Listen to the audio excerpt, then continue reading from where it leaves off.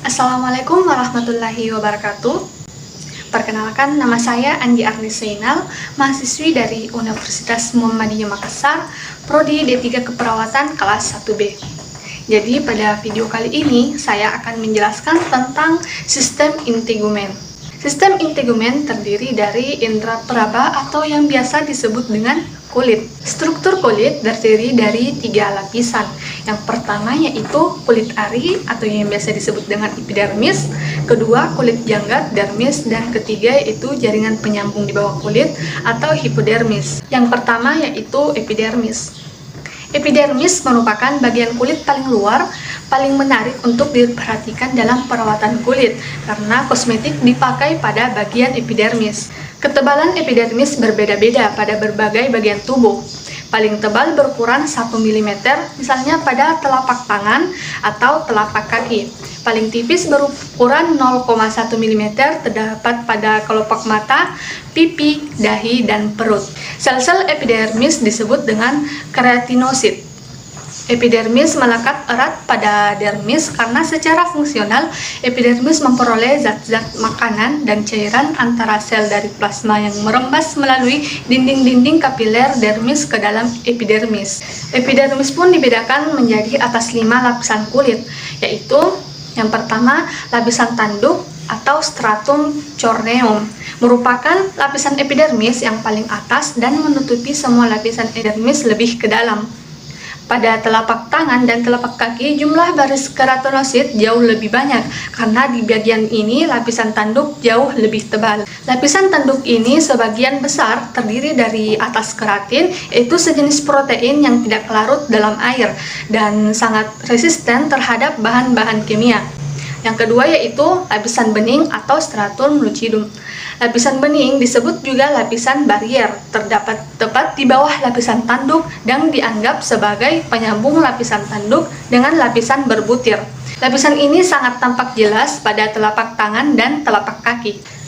Kemudian yang ketiga yaitu lapisan berbutir atau stratum granulosum.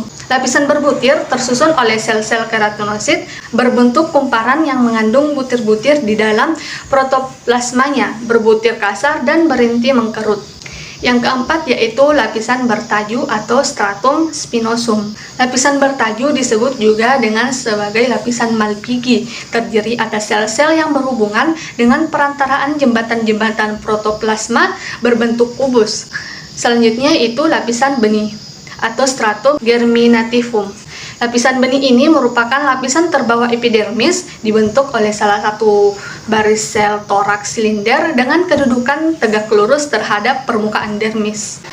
Kemudian lapisan kulit yang kedua yaitu dermis. Kulit janggat atau dermis menjadi tempat ujung saraf perasa, tempat keberadaan kandung rambut, kelenjar keringat, kelenjar palit atau kelenjar minyak, pembuluh-pembuluh darah dan getah bening, dan otot penegak rambut. Keberadaan ujung-ujung saraf perasa dalam kulit janggat memungkinkan membedakan berbagai rangsangan dari luar.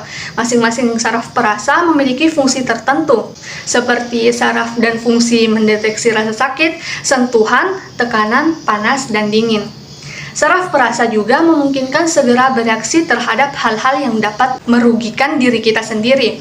Jika kita mendadak menjadi sangat takut atau sangat tegang, otot penegak rambut yang menempel di kandung rambut akan mengerut dan menjadikan bulu rumah atau bulu kuduk berdiri. Dermis ini pun terdiri atas sekumpulan serat-serat elastis yang dapat membuat kulit berkerut, akan kembali ke bentuk semula, dan serat protein ini yang disebut dengan kolagen. Serat-serat kolagen ini disebut juga dengan jaringan penunjang karena fungsinya dalam membentuk jaringan-jaringan kulit yang menjaga kekeringan dan kelenturan kulit. Berkurangnya protein akan menyebabkan kulit menjadi kurang elastis dan mudah mengendur hingga timbul kerutan. Faktor lain yang menyebabkan kulit berkerut yaitu faktor usia dan kekurangan gizi. Dari fungsi ini, tampak bahwa kolagen mempunyai peran penting bagi kesehatan dan kecantikan kulit. Perlu diperhatikan bahwa luka yang terjadi di kulit janggat dapat menimbulkan cacat permanen. Hal ini disebabkan oleh kulit janggat tidak memiliki kemampuan memperbaiki diri sendiri seperti yang dimiliki kulit ari. Kemudian, lapisan kulit janggat terdiri dari 2 macam kelenjar, yaitu yang pertama, kelenjar keringat. Nah, kelenjar keringat terdiri dari fundus bagian yang melingkar dan duet, yaitu saluran semacam pipa yang bermuara pada permukaan kulit membentuk pori-pori keringat. Ada dua jenis kelenjar keringat, yaitu kelenjar keringat ekrin. Nah, kelenjar keringat ini mensekresikan cairan jernih, yaitu keringat yang mengandung 95-97% air dan mengandung beberapa mineral seperti garam, sodium klorida, granula minyak, glusida, dan sampingan dari metabolisme seluler. Selanjutnya, kelenjar keringat apokrin. Kelenjar keringat apokrin yang hanya terdapat di daerah ketiak, puting susu, pusar, dan daerah kelamin atau daerah sekitar dubur, menghasilkan cairan yang agak kental berwarna keputih-putihan serta berbau khas pada setiap orang. Kemudian yang kedua ada kelenjar palit. Kelenjar palit terdiri pada bagian atas kulit janggut berdekatan dengan kandung rambut, terdiri dari gelembung-gelembung kecil yang bermuara ke dalam kandung rambut atau folikel. Folikel rambut mengeluarkan lemak yang meminyaki kulit dan menjaga kelunakan rambut. Kelenjar palit membentuk sebum atau urap kulit, terkecuali pada telapak tangan dan telapak kaki. Kelenjar palit terdapat di semua bagian tubuh, terutama pada bagian muka. Kemudian lapisan kulit yang terakhir yaitu hipodermis. Lapisan ini terutama mengandung jaringan lemak, pembuluh darah, dan limfe, saraf-saraf yang berjalan sejajar dengan permukaan kulit. Cabang-cabang dari pembuluh-pembuluh dan saraf-saraf menuju lapisan kulit janggut. Jaringan ikat bawah kulit berfungsi sebagai bantalan atau penyangga benturan bagi organ-organ tubuh bagian dalam, membentuk kontur tubuh, dan sebagai cadangan makanan. Ketebalan dan kedalaman jaringan lemak bervariasi sepanjang kontur tubuh, paling tebal di daerah pantat dan yang paling tipis terdapat di kelopak mata. Jika usia menjadi tua, kinerja liposit dalam jaringan ikat bawah kulit juga menurun. Bagian tubuh yang sebelumnya berisi banyak lemak, lemaknya berkurang, sehingga kulit akan mengendur serta kehilangan kontur. Kemudian, fungsi jaringan kulit sebagai pelindung atau proteksi. Epidermis terutama pada lapisan tanduk berguna untuk menutupi jaringan tubuh di sebelah dalam dan melindungi tubuh dari pengaruh luar seperti luka dan serangan kuman. Kedua yaitu sebagai penerima rangsang. Kulit sangat peka terhadap berbagai rangsang sensorik yang berhubungan dengan sakit, suhu, panas atau dingin, tekanan, rabaan, dan getaran. Kulit sebagai alat perasa dirasakan melalui ujung-ujung saraf sensasi. Dan yang ketiga yaitu pengatur panas atau termoregulasi. Kulit mengatur suhu tubuh melalui dilatasi dan konstruksi pembuluh kapiler, serta melalui respirasi yang keduanya dipengaruhi oleh saraf otonom. Tubuh yang sehat memiliki suhu tubuh tetap kira-kira 98,6 derajat atau sekitar 36,50 derajat Celcius. Dan yang keempat yaitu sebagai pengeluaran atau ekskresi. Kulit mengeluarkan zat-zat tertentu yaitu keringat dari kelenjar-kelenjar keringat yang dikeluarkan melalui pori-pori keringat dengan membawa garam, yodium, dan zat kimia lainnya. Dan yang kelima yaitu sebagai penyimpanan. Kulit dapat menyimpan lemak di dalam kelenjar lemak. Dan yang keenam yaitu sebagai penyerapan terbatas. Kulit dapat menyerap zat-zat tertentu, terutama zat-zat yang larut dalam lemak dapat diserap ke dalam kulit. Hormon yang terdapat pada krim muka dapat masuk melalui kulit dan mempengaruhi lapisan kulit pada tingkatan yang sangat tipis. Dan yang ketujuh yaitu sebagai penunjang penampilan. Fungsi kulit yang terkait dengan kecantikan yaitu keadaan kulit yang tampak halus, putih, dan bersih akan dapat menunjang penampilan kita.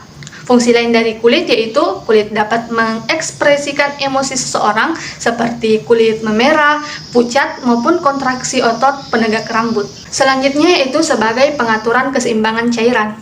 Secara umum ada 5 jenis kulit, yakni kulit normal, kering, berminyak, kombinasi, dan sensitif. Kulit yang kekurangan cairan umumnya terlihat kusam dan kering. Kondisi ini terjadi karena aliran darah di kapiler kulit tidak berjalan lancar secara maksimal. Ciri-ciri kulit yang sehat yaitu kulit berwarna cerah, lembab, halus, dan kenyal. Kemudian pengaturan keseimbangan cairan dibagi menjadi 2, yaitu sebagai fungsi absorpsi dan fungsi ekskresi. Fungsi absorpsi, permeabilitas kulit terhadap O2, CO2, dan uap air, memungkinkan kulit ikut mengambil fungsi respirasi.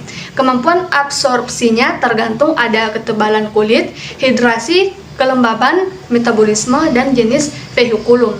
Penyerapan dapat melalui celah antar sel, menembus sel epidermis, melalui muara saluran kelenjar. Kemudian fungsi ekskresi, mengeluarkan zat yang tidak berguna bagi tubuh seperti NaCl, urea, asam urat, dan amonium. Pada fetus, kelenjar lemak dengan bantuan hormon androgen dari ibunya memproduksi sebum untuk melindungi kulitnya dari cairan amnion, di mana pada waktu lahir ditemui sebagai vernix caseosa. Selanjutnya yaitu fungsi kulit dalam pengaturan keseimbangan temperatur. Kulit berfungsi sebagai pengatur suhu tubuh di permukaan kulit. Terdapat rambut yang menjaga suhu tubuh, dan dalam lapisan dermis kulit mengandung sel yang dapat mengkondisikan suhu tubuh manusia. Mungkin itu saja yang dapat saya sampaikan yang berkaitan dengan sistem integumen. Semoga dapat bermanfaat untuk teman-teman. Sekian, lebih dan kurangnya mohon dimaafkan. Wabillahi taufiq wal hidayah. Wassalamualaikum warahmatullahi wabarakatuh.